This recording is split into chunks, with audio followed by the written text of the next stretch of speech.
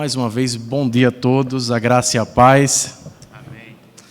Meus irmãos, eu confesso que é um privilégio poder estar aqui com vocês nesta manhã e, como bem falou o pastor Renan, de participar deste curso de formação que muito me abençoou ao longo do ano e fortalecer algumas amizades. Isso muito me enriqueceu ministerialmente falando, sem falar, como o pastor já falou aqui, da caminhada com ele, que eu acho que começou em 2015, no seminário Juvep, posteriormente com o Diogo, e tudo isso tem agregado, tem me ensinado a servir melhor o reino do Senhor.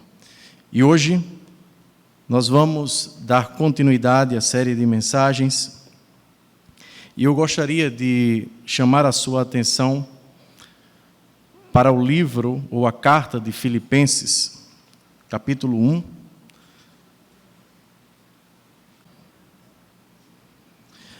Durante a Primeira Guerra Mundial, houve um fato que contrastou o cenário de guerra e sofrimento que aqueles soldados vivenciaram. E o que foi, Emanuel? O que ficou conhecido, irmãos, como a trégua de Natal. Houve então um cessar-fogo entre os soldados durante o mês de dezembro. Alguns, tomados pelo sentimento de saudade da família, fizeram amizades com o exército inimigo e começaram a cantar canções de Natal. Como se não bastasse, eles também começaram a se confraternizar entre eles. O que um relato de um soldado inglês nos diz que os alemães cantavam canções natalinas. Por outro, os ingleses responderam também cantando, formando assim um grande coral. O mesmo oficial nos conta que ainda entre eles, as tropas belgas, por sua vez, aproveitaram para entregar cartas aos soldados alemães para serem entregues para familiares que estavam exilados na parte ocupada do país.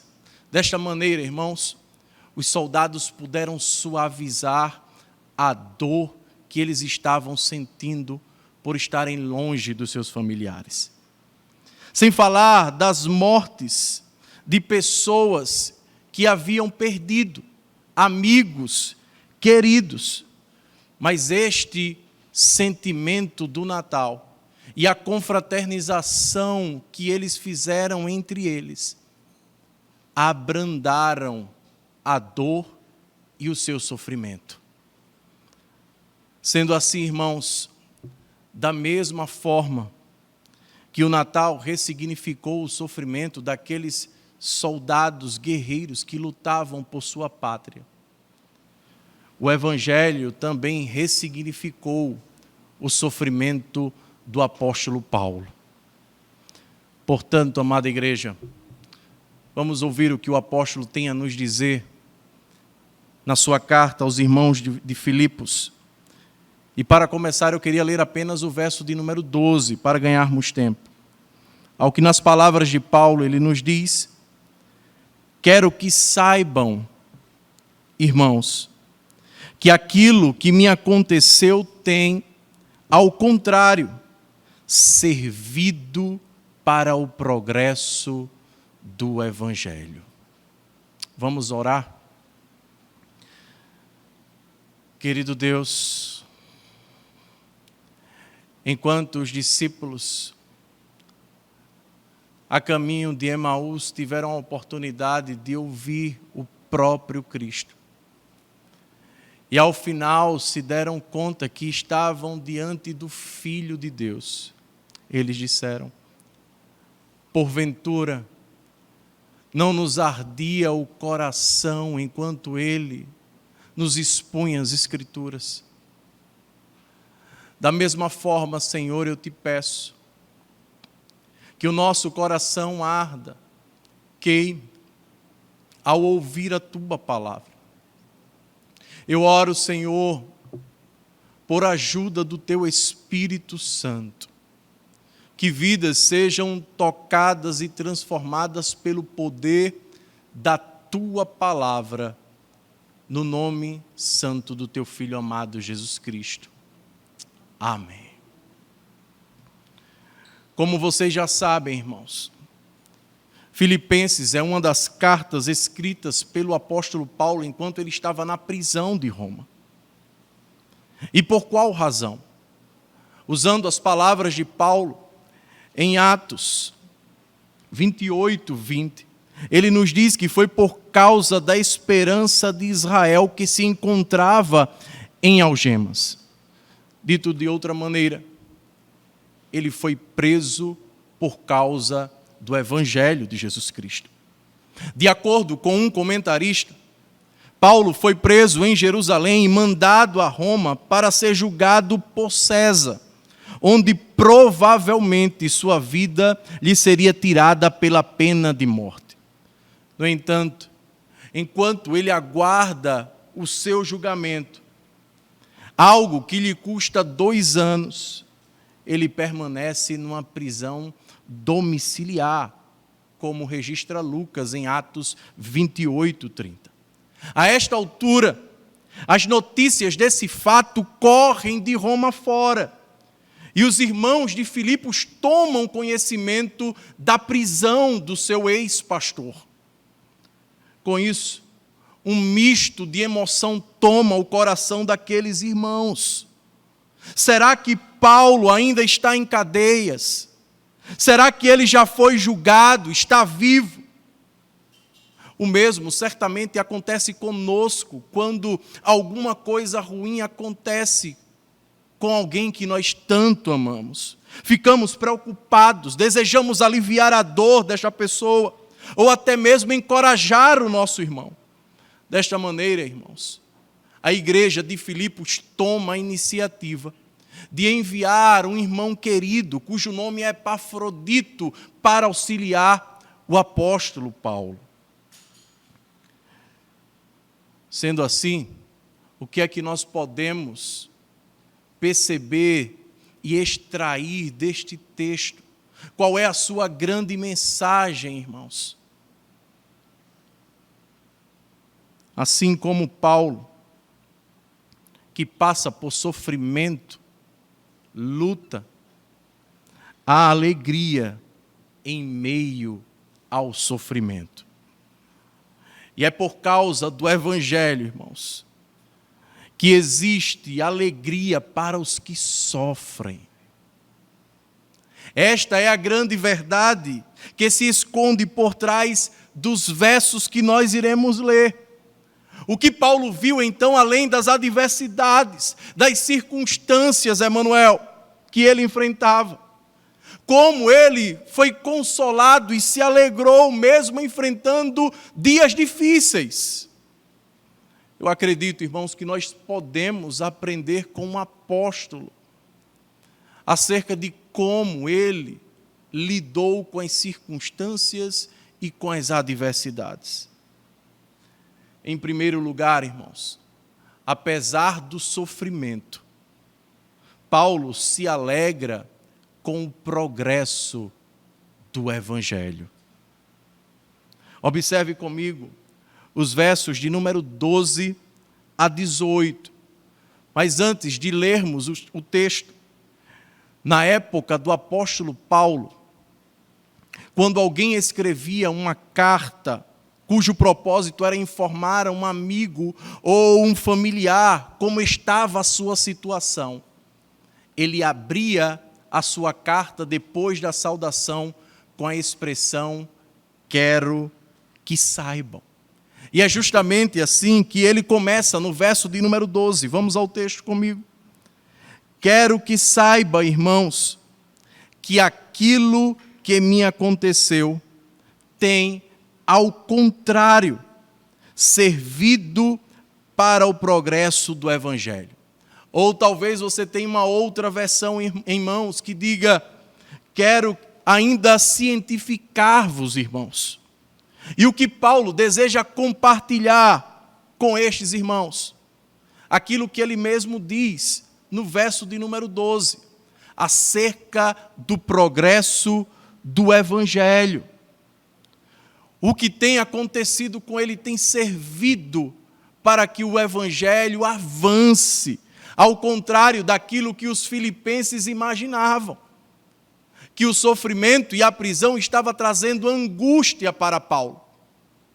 Mas Paulo, escrevendo para eles e compartilhando com eles o Evangelho, vai dizer que não. E como nós podemos nos certificar disso, Emanuel? O verso de número 13. Pois a partir dele, Paulo agora vai nos dizer como o Evangelho tem avançado, mesmo ele estando preso. Verso 13. Como resultado, tornou-se evidente a toda a guarda do palácio e a todos os demais que estou na prisão por causa de Cristo. É interessante, irmãos, como diz um certo comentarista, Paulo, quando descreve que o Evangelho tem avançado por toda a guarda do palácio, ele está usando uma hipérbole, uma vez que a guarda do palácio servia ou possuía cerca de 9.000 homens, o que era impossível Paulo pregar a todos ao longo do tempo que ele esteve preso. Como então o Evangelho pôde avançar em toda a guarda do palácio? Não é que todos ouviam, mas à medida que o soldado se aproximava para fazer a segurança de Paulo e saía do seu turno, eles levavam aquilo que escutavam do apóstolo Paulo. Assim então, irmãos, o Evangelho foi avançando, mas não para por aí, porque um outro grupo também foi usado para que o Evangelho avançasse e se expandisse por Roma. Que grupo é este, Emanuel? Verso de número 14. E os irmãos, em sua maioria, motivados no Senhor pela minha prisão, estão anunciando a palavra com maior determinação e destemor. Além deste grupo, há outro que também se apresenta. Onde ele está, Emanuel? Será que todos que pregam o Evangelho pregam motivados no Senhor? O verso 15 vai nos dizer que não.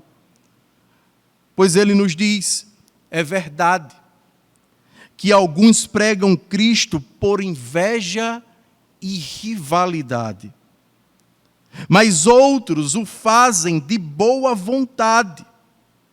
Estes o fazem por amor, sabendo que aqui me encontro para a defesa do Evangelho.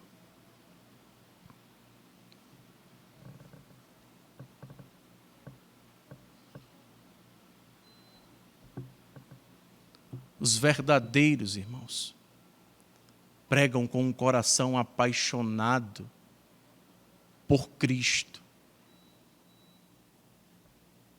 enquanto outros pregavam motivados por ambição egoísta e invejosa.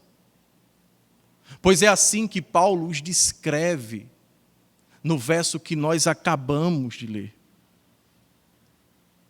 Verso de número 16, irmãos.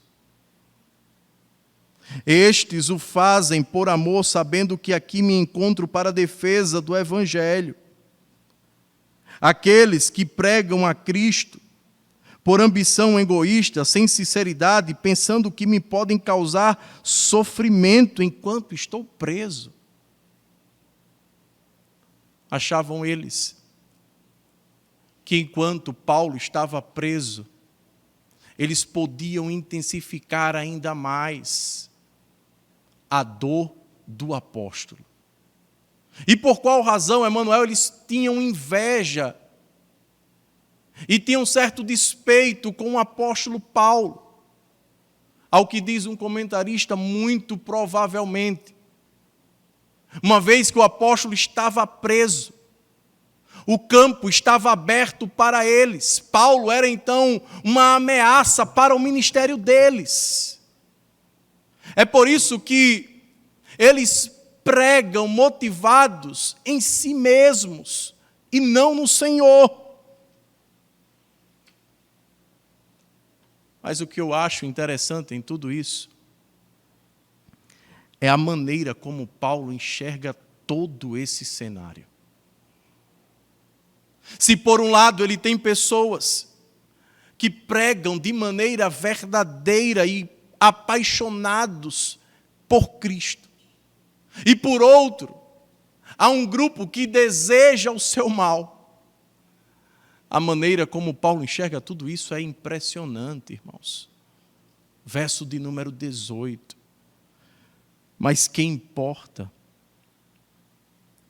O importante é que, de qualquer forma, seja por motivos falsos ou verdadeiros, Cristo está sendo pregado e por isso me alegro. A ideia é então, Emanuel, que tudo pode em nome de Cristo. Eu posso então usar o pragmatismo, pois o fim não vai justificar os meios. É isso? Não, irmãos. Esses pregadores, como o próprio texto nos disse, eles pregavam a Cristo. O problema não estava na mensagem deles. Eles pregavam o Evangelho. O problema estava na motivação deles. Não estava naquilo que eles professavam, mas naquilo que se encontrava alojado no seu coração. É por isso, irmãos, que Paulo se alegra. Cristo está sendo pregado. E é isso que importa. E você, meu irmão, tem enxergado graça no sofrimento que você está enfrentando? Talvez não tenha sido fácil este ano, porque ninguém jamais imaginou que enfrentaríamos o que nós estamos enfrentando ou passando. Chegamos ao mês de dezembro e muito provavelmente você pense: minha vida se resume aos sofrimentos de sempre. Se esse for o caso, muitas das vezes nós ficamos tendenciosos a olhar apenas para as circunstâncias, a dívida, a doença, as dificuldades no relacionamento. Não é assim? No entanto, irmãos, eu acredito que este texto está aqui para nos encorajar, desafiando tanto a mim e a você a vermos além das dificuldades. O apóstolo Paulo tinha todo o motivo do mundo para se queixar, para se voltar contra Deus. Mas é isso que ele faz? Não, irmãos. Será que não seria interessante avaliarmos tudo que nós enfrentamos como uma oportunidade de perceber o progresso do Evangelho em resposta ao sofrimento? Por quê, irmãos? Porque o sofrimento pode nos ensinar. E a grande lição que o apóstolo imprime no coração dos irmãos de Filipos é que ele não se encontra como eles imaginavam. A prisão tem tido efeito contrário. As pessoas tentaram cancelar o apóstolo Paulo. mas não conseguiram cancelar a mensagem que ele carregava. O Evangelho toma conta de Roma.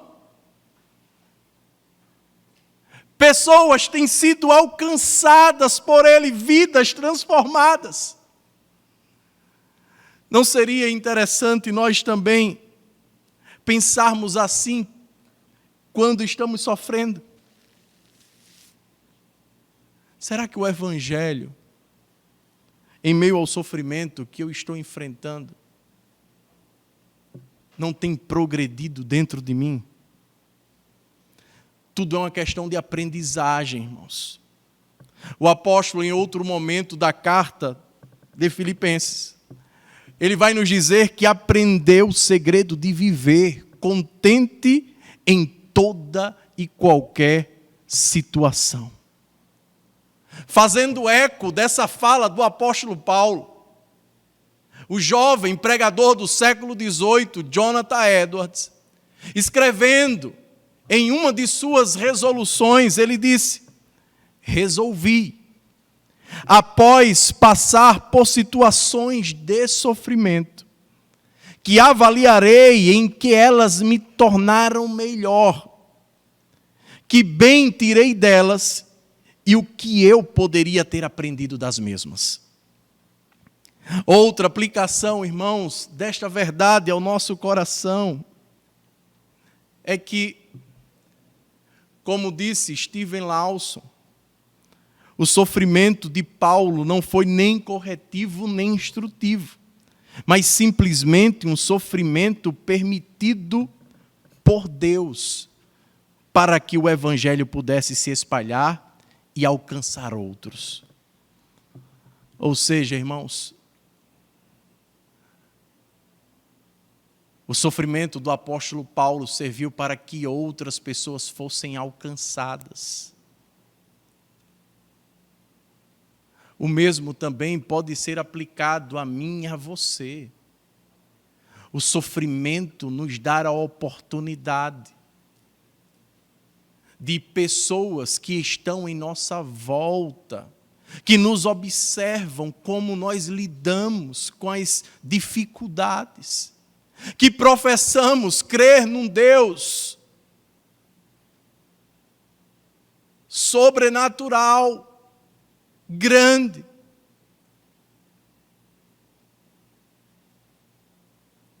Como nós temos reagido? Como incrédulos, que confiamos em Deus até quando as circunstâncias estão favoráveis, ou seguimos usando as oportunidades para que outras pessoas sejam alcançadas? Eu não sei se você prestou atenção, irmãos, mas ao longo dos versos que nós acabamos de ler, 12 a 18, por 4 vezes aparece a expressão Cristo está sendo pregado, ou a palavra está sendo anunciada. Versos 14, 15, 17 e 18. É por isso que o apóstolo Paulo se alegra. O Evangelho está sendo pregado.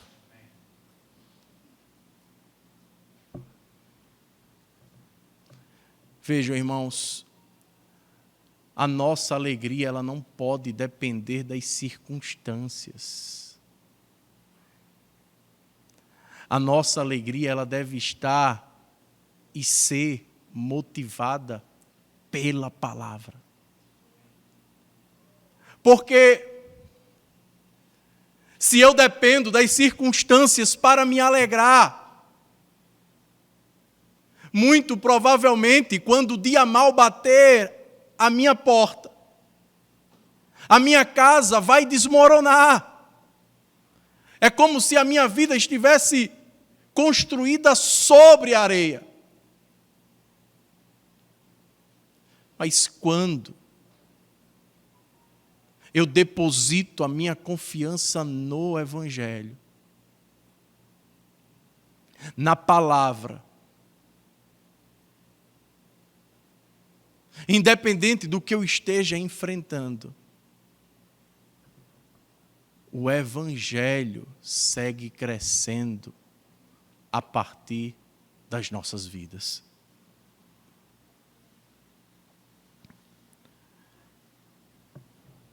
Eu acredito que uma outra aplicação, irmãos, que nós podemos fazer à luz desse texto, é que nós também podemos consolar aqueles que sofrem. É com este objetivo que Paulo começa a sessão dizendo: quero que saibais. Os filipenses, como vamos ver na parte final deste texto, está enfrentando o mesmo sofrimento de Paulo.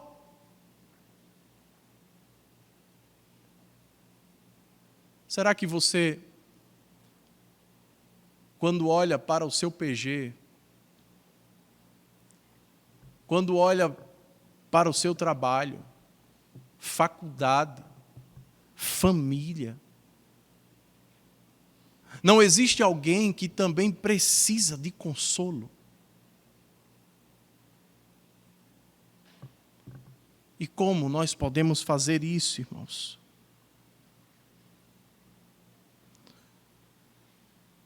O apóstolo Paulo, em 2 Coríntios, capítulo 1, verso 3 e 4, você não precisa abrir, ele diz: bendito seja Deus e Pai de nosso Senhor Jesus Cristo, Pai das misericórdias e Deus de toda a consolação, que nos consola em todas as nossas tribulações. Para quê? Finalidade, irmãos. Com a consolação que recebemos, possamos consolar os que estão passando por tribulações. Da mesma forma que somos consolados por Deus, precisamos olhar as pessoas em nossa volta e também consolá-las, irmãos. Pois o Evangelho, e tão somente o Evangelho, é o que nós precisamos. Como bem disse Tim Keller, o Evangelho não é o ABC da doutrina cristã. Não é apenas o meio pelo qual as pessoas se convertem e assistem às primeiras aulas, mas é também o meio pelo qual os cristãos resolvem os seus problemas e crescem. Onde mais, Emmanuel, nós podemos encontrar alegria? Onde podemos achar a alegria em dias de sofrimento?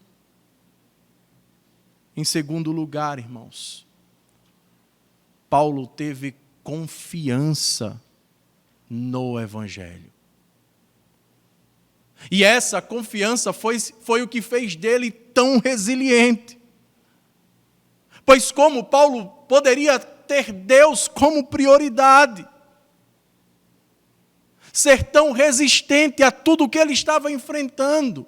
O verso 19 nos responde: pois sei que o que me aconteceu resultará em minha libertação, ou como diz a Nova Almeida atualizada, porque estou certo de que isso resultará em minha libertação. Que libertação é essa, Emmanuel? A sua salvação. Independentemente do que acontecesse com ele, Paulo tinha certeza, irmãos, de que sua vida estaria no Senhor. Mais uma vez, citando o Batista Steven Lawson, o pastor Batista Steven Lawson, ele vai nos dizer que esse saber de Paulo é um saber com certeza. Ou seja, Paulo tem a sua confiança em Deus, de que a sua vida está nas mãos do seu Deus e não no acaso. E como é que nós podemos nos certificar disso, Emmanuel?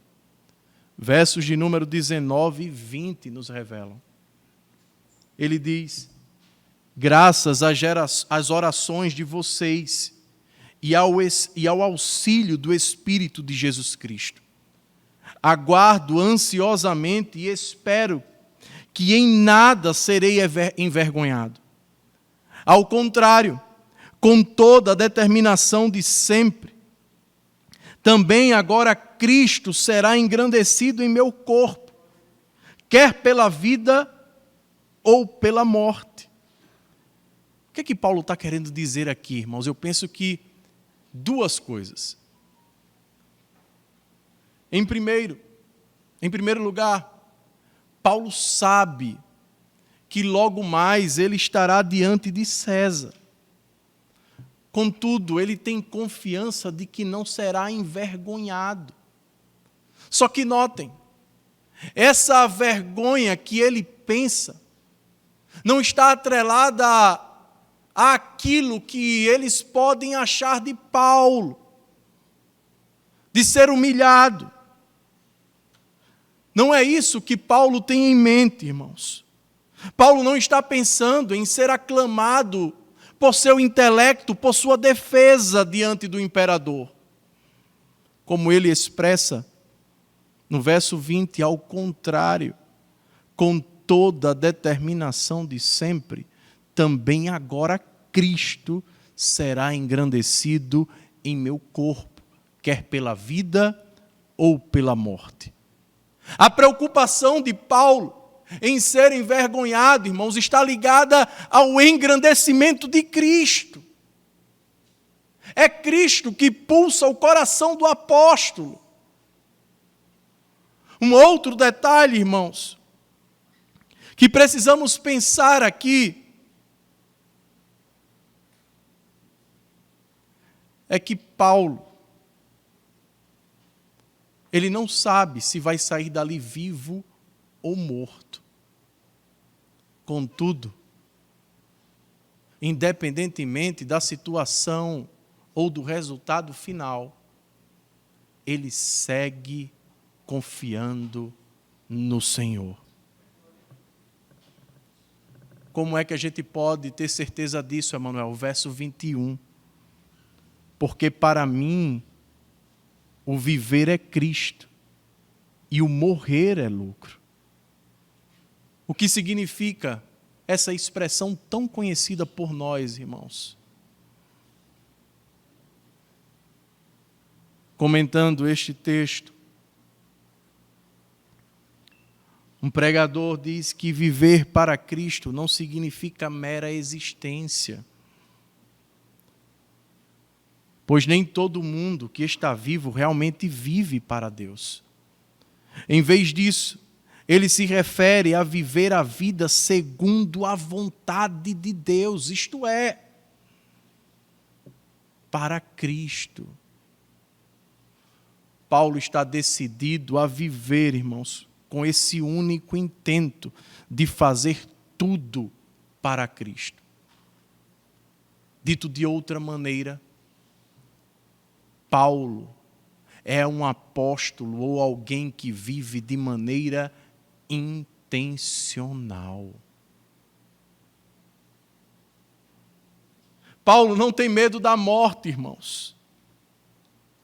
A morte o levará nada mais, nada menos do que a presença do Senhor. É por isso que ele usa a palavra lucro, que neste contexto tem o sentido de ganhar um grande benefício. E esse benefício é ter justamente a presença de Deus perto dele. Existe coisa melhor, irmãos, do que caminhar com o Senhor e ter o Senhor diante de si.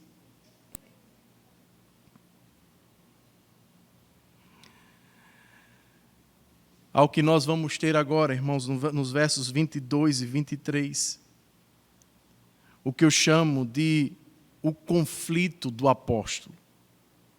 Ele diz: caso eu continue vivendo no corpo, terei fruto do meu trabalho e já não sei o que escolher. Verso 23.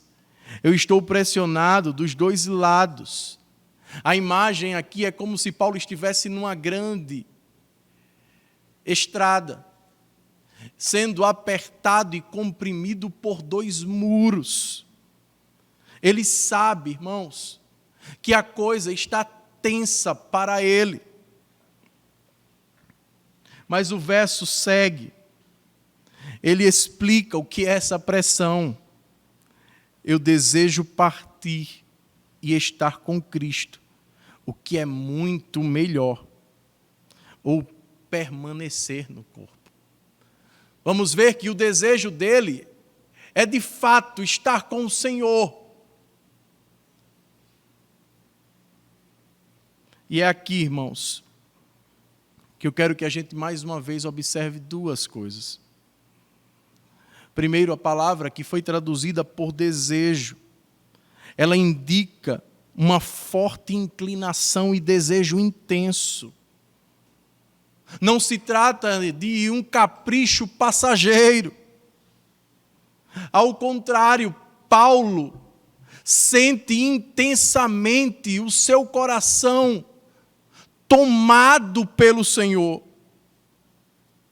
Segundo, a palavra que é traduzida pelo verbo partir, ela vem do contexto marítimo, irmãos, que significa soltar as amarras de qualquer coisa. Um marinheiro, por exemplo, quando via um barco ligado, preso ao cais, ele soltava a sua corda. É assim como Paulo se vê, a sua vida sendo solta, sendo desligada, porque a morte se aproxima dele.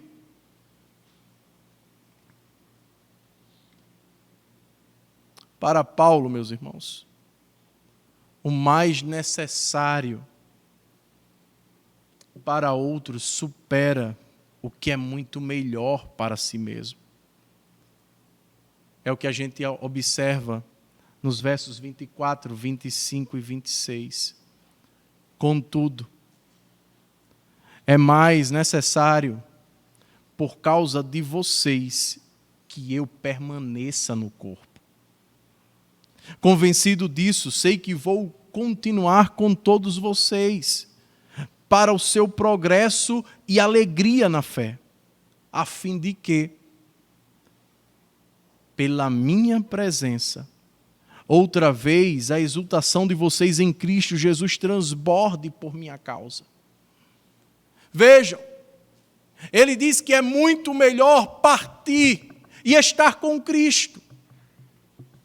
Só que entre a autossatisfação e a autonegação, o apóstolo deseja ou toma a iniciativa da autonegação.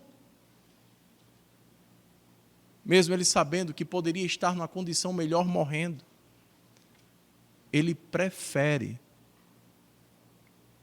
colocar de lado o seu desejo em amor aos irmãos de Filipenses. Essa também é a sua luta, meu irmão. Se tem uma coisa que eu aprendo com este texto, é que a nossa confiança em Deus deve nos tornar mais altruístas. Precisamos pensar mais um pouco no outro e menos na gente. Paulo, diante do sofrimento e da dor, ele poderia dizer para os irmãos de Filipenses: eu estou preso aqui, a minha situação não é nada fácil, mas o seu coração pastoral e amoroso observa toda a circunstância e, confiando no Senhor, ele decide continuar fortalecendo aquela comunidade. Você já parou para pensar quantas pessoas ao longo do dia passam por sua vida e que você pode auxiliá-la?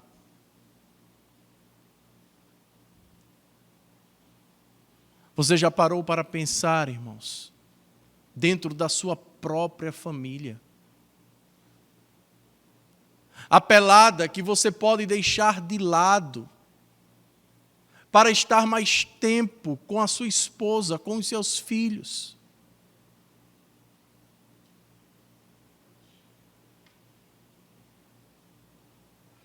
O amor sacrificial de Paulo faz com que ele pense mais no outro do que nele mesmo. Pois como ele diz, irmãos, em Filipenses 2, 4, 5 e 6, cada um cuide não somente dos seus interesses, mas também dos interesses dos outros. Seja a atitude de vocês a mesma de Cristo, que sendo Deus, não considerou que o ser igual a Deus era algo que devia apegar-se. Eis o exemplo de abnegação de Paulo, irmãos. Não é algo que vem apenas da sua mente, da sua cabeça. Mas Paulo enxerga em Cristo o maior exemplo de abnegação. E vendo isso em Cristo, ele faz da mesma forma,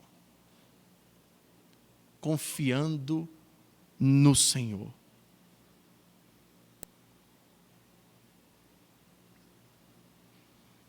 Como você pode viver mais para Cristo, meu irmão? Eu acredito que através das escolhas que nós fazemos também. Paulo teve que escolher aqui.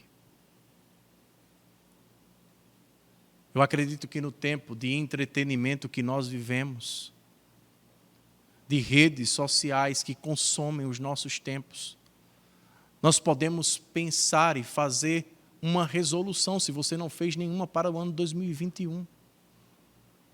Conhecer mais a Cristo. Decida hoje, meu irmão, faça essa escolha hoje, de ter mais disciplina, de ler bons livros, de se reunir com irmãos queridos e piedosos para crescer em santidade. E mutuamente crescer em confiança na presença do Senhor.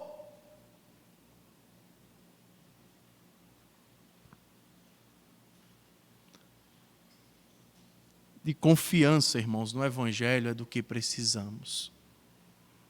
Foi o que expressou John Patton, quando planejava ser missionário e servir ao Senhor às ilhas do Mar Sul.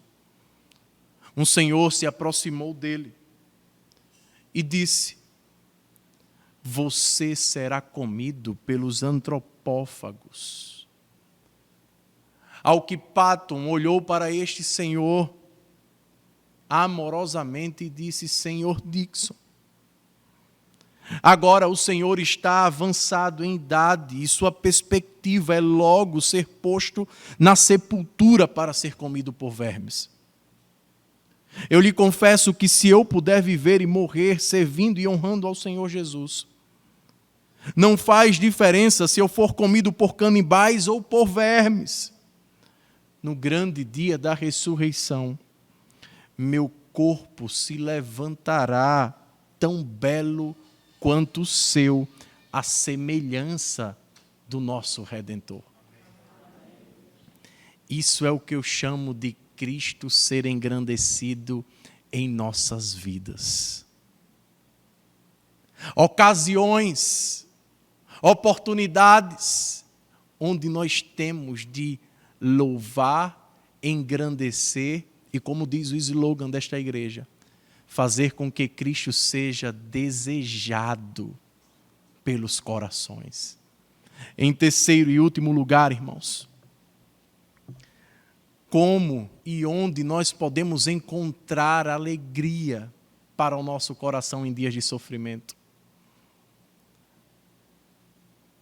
Paulo aponta, irmãos, para a vida no Evangelho. Versos de número 27 a 30. Acompanhe comigo. Não importa o que aconteça, irmão. E o que está acontecendo? Antecipando, o verso 30 nos responde.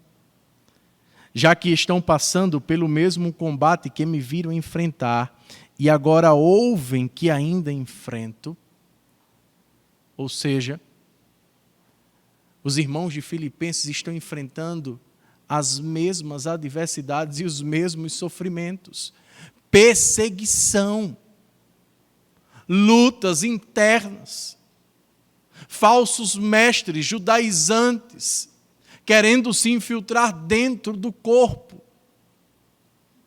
para desestabilizá-los. Paulo sabe disso, irmãos. Ao que ele diz, no verso de número 27 ainda, exerçam a cidadania de maneira digna do Evangelho de Cristo. Ou como traduzem algumas Bíblias, portai-vos, ou vivam de modo digno do Evangelho. O interessante é que o verbo traduzido por portai-vos ou vivam, ele está no plural e no imperativo. É como se Paulo estivesse dizendo àqueles amados irmãos: vivam sempre em conformidade com o Evangelho.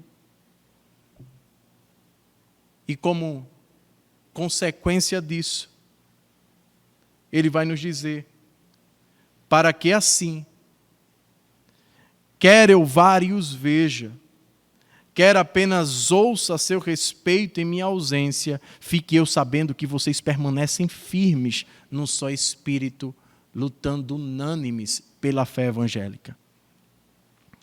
Dito em outras palavras, irmãos, o que Paulo está desejando aqui daqueles irmãos é que, independentemente da presença ou da ausência deles, aqueles irmãos continuem firmes no Senhor.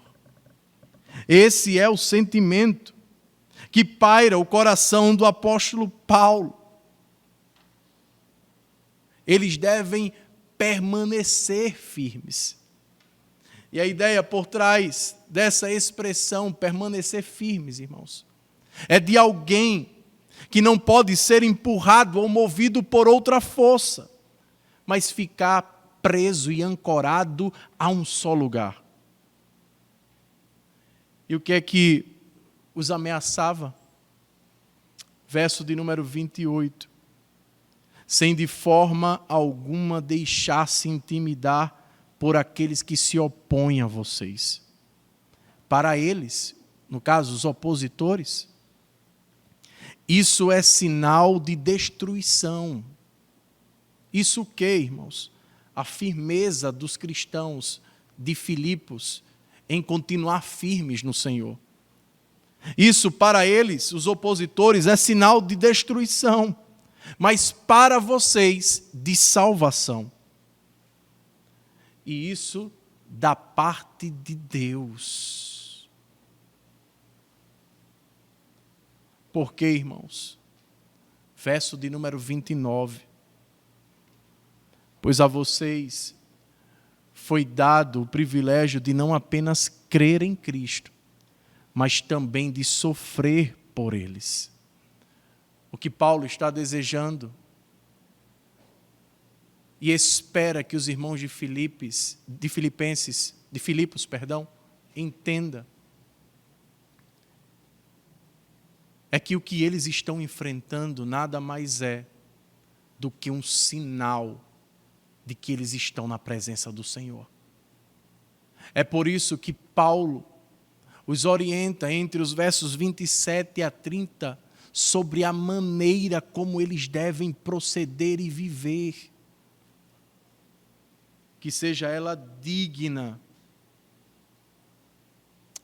do Evangelho.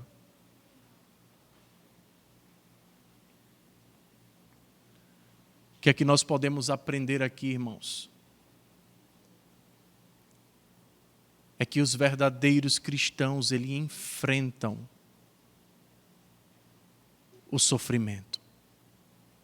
O sofrimento é inerente a todos nós, a perseguição. Quando nós olhamos para o cenário nacional, talvez global, nós sabemos e percebemos que há uma perseguição velada ou não. A pergunta é como nós iremos proceder. E é por isso que o apóstolo, ele lembra aos irmãos de Filipenses que eles devem viver de maneira digna, exercendo a sua cidadania, o que significa dizer, alguém que obedece às leis do seu país.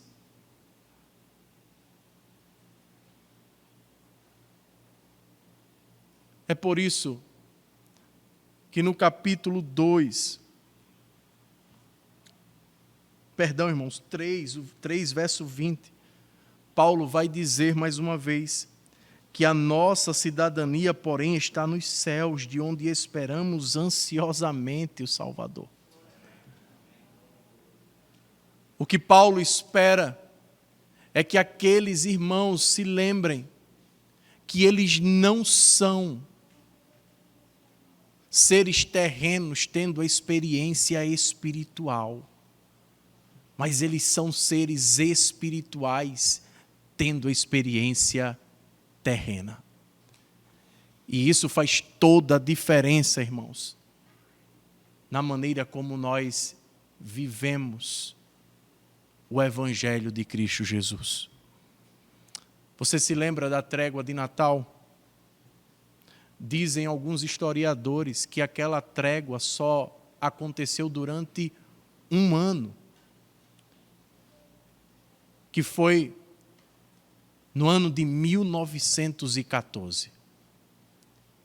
E os demais anos, Emanuel, uma vez que a guerra durou cerca de 4 anos. O que foi que aqueles soldados fizeram a fim de atenuar a dor e o sofrimento que eles estavam enfrentando? Os superiores deram a ordem de que eles não poderiam mais se envolver com confraternização nenhuma.